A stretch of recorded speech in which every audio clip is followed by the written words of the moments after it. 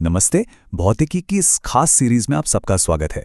अगर आपको भी यूनिट्स एंड मेजरमेंट्स यानी इकाइयां और माप वाला चैप्टर मुश्किल लगता है तो यकीन मानिए आप बिल्कुल सही जगह पर हैं। आज हम विमाओं यानी डायमेंशंस के कॉन्सेप्ट को इतने आसान तरीके से समझेंगे कि आपको लगेगा ही नहीं कि आप फिजिक्स पढ़ रहे हैं। तो चलिए साथ मिलकर शुरू करते हैं। चलिए एक बहुत ही मजेदार सवाल से शुरुआत करते हैं। जरा सोचिए, क्या ऐसा हो सकता है कि फिजिक्स के जो बड़े बड़े मुश्किल दिखने वाले फॉर्मूले हैं वो असल में सिर्फ 3 बहुत ही मामूली चीजों से बने हों? सुनने में अजीब लगता है ना, पर यह बिल्कुल सच है। और ये रहे वो 3 फंडामेंटल बिल्डिंग ब्लॉक्स जिनसे मैकेनिक्स की लगभग हर कहानी लिखी जाती है। पहला है m यानी मास, जिसे हम हिंदी में द्रव्यमान कहते हैं। दूसरा है l यानी लेंथ, मतलब की लंबाई। और तीसरा है t यानी टाइम, मतलब समय। बस m, l और t हमारी पूरी कहानी के हीरो यही 3 हैं। तो फिर सवाल उठता है कि ये विमाएं या डायमेंशंस आखिर हैं क्या?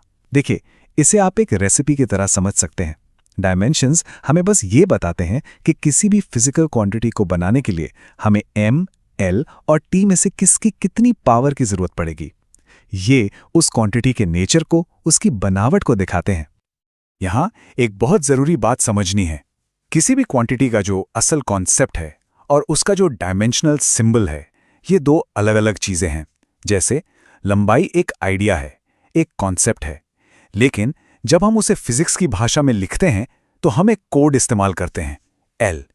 तो L सिर्फ एक प्रतीक है उस असल कॉन्सेप्ट को दिखाने के लिए। ठीक है, थ्योरी बहुत हो गई। चलिए अब इसे असल में करके देखते हैं। हम अपनी पहली और सबसे जानी पहचानी क्वांटिटी वेग यानी वेलोसिटी के लिए ये डायमेंशनल कोड लिखना सीखेंगे। बिल्कुल घबराना नहीं है, ये बहुत ही आसान है। देखिए, इसके सिर्फ 3 सिंपल से स्टेप्स हैं। स्टेप 1, सबसे पहले उसका फॉर्मूला लिखिए। वेलोसिटी का फॉर्मूला होता है डिस्प्लेसमेंट यानी विस्थापन डिवाइडेड बाय टाइम यानी समय। स्टेप 2, अब इन शब्दों की जगह उनके बिल्डिंग ब्लॉक्स रख दीजिए। डिस्प्लेसमेंट क्या है? एक तरह की लंबाई ही तो है, तो उसका कोड हुआ L और टाइम का कोड है T, तो ये बन गया L/T। स्टेप 3, अब बस इसे सही से लिख दीजिए। मैथ्स का एक छोटा सा रूल है, जब कोई चीज नीचे से ऊपर आती है तो उसकी पावर नेगेटिव हो जाती है, तो ये बन गया L1T-1। बस यही है वेलोसिटी का डायमेंशनल फॉर्मूला। देखा कितना सिंपल था। बहुत बढ़िया। मुझे उम्मीद है कि आपको पहले वाला समझ आ गया होगा। तो चलिए अब एक लेवल ऊपर चलते हैं और एक बहुत ही इंपॉर्टेंट क्वांटिटी की बात करते हैं, बल यानी फोर्स। ये भी मुश्किल नहीं है, बस एक छोटा सा एक्स्ट्रा स्टेप है। तो फोर्स का फॉर्मूला है मास इनटू एक्सेलरेशन। अब हमें एक्सेलरेशन का डायमेंशनल कोड नहीं पता, कोई बात नहीं, पहले वो निकाल लेते हैं। एक्सेलरेशन होता है वेलोसिटी बाय टाइम। वेलोसिटी का कोड तो हमें पता ही है, L/T-इनवर्स। इसे जब हम T से डिवाइड करेंगे तो हमें मिलेगा L/T-इनवर्स स्क्वायर। बहुत अच्छे, अब बस इसे फोर्स के फॉर्मूले में रख देते हैं।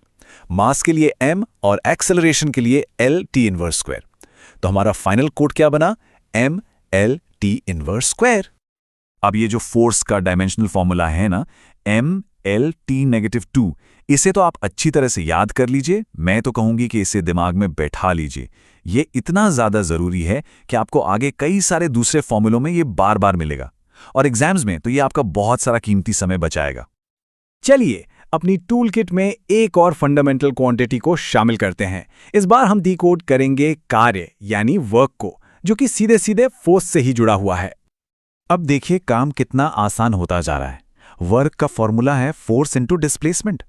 हमें फोर्स का कोड तो पहले से ही पता है ना, M/L/T-2। इसे हम डिस्प्लेसमेंट यानी लंबाई L से मल्टीप्लाई कर देंगे। यहां L की पावर 1 है और वहां भी L की पावर 1 है, तो दोनों मिलकर L² हो जाएंगी। तो हमारा फाइनल कोड बन गया ML²T-2। तो इन कोड्स को सीखने का असली फायदा क्या है? ये सिर्फ फॉर्मूले रटना नहीं है। असल में ये आपको एक सुपर पावर देता है, एक ऐसा टूल जिससे आप चुटकियों में ये पता लगा सकते हैं कि कोई इक्वेशन सही है या गलत। इसे हम कहते हैं फिजिक्स का सुनहरा नियम।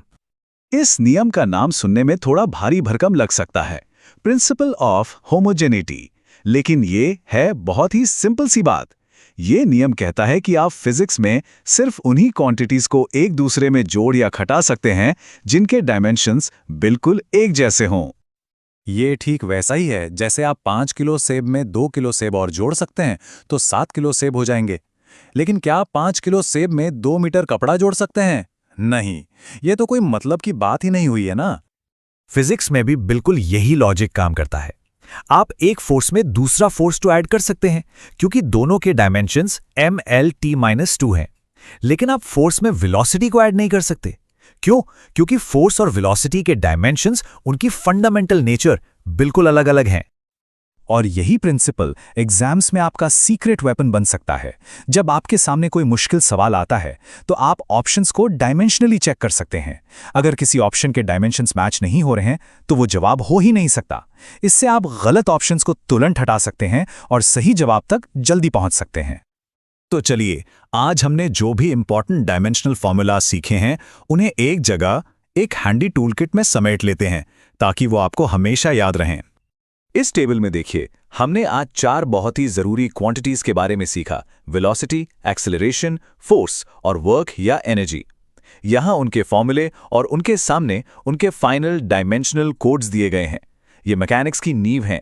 आप चाहें तो इसका एक स्क्रीनशॉट लेकर रख सकते हैं। रिवीजन के समय ये बहुत काम आएगा। तो अब आपके पास फिजिक्स को डिकोड करने की एक चाबी है।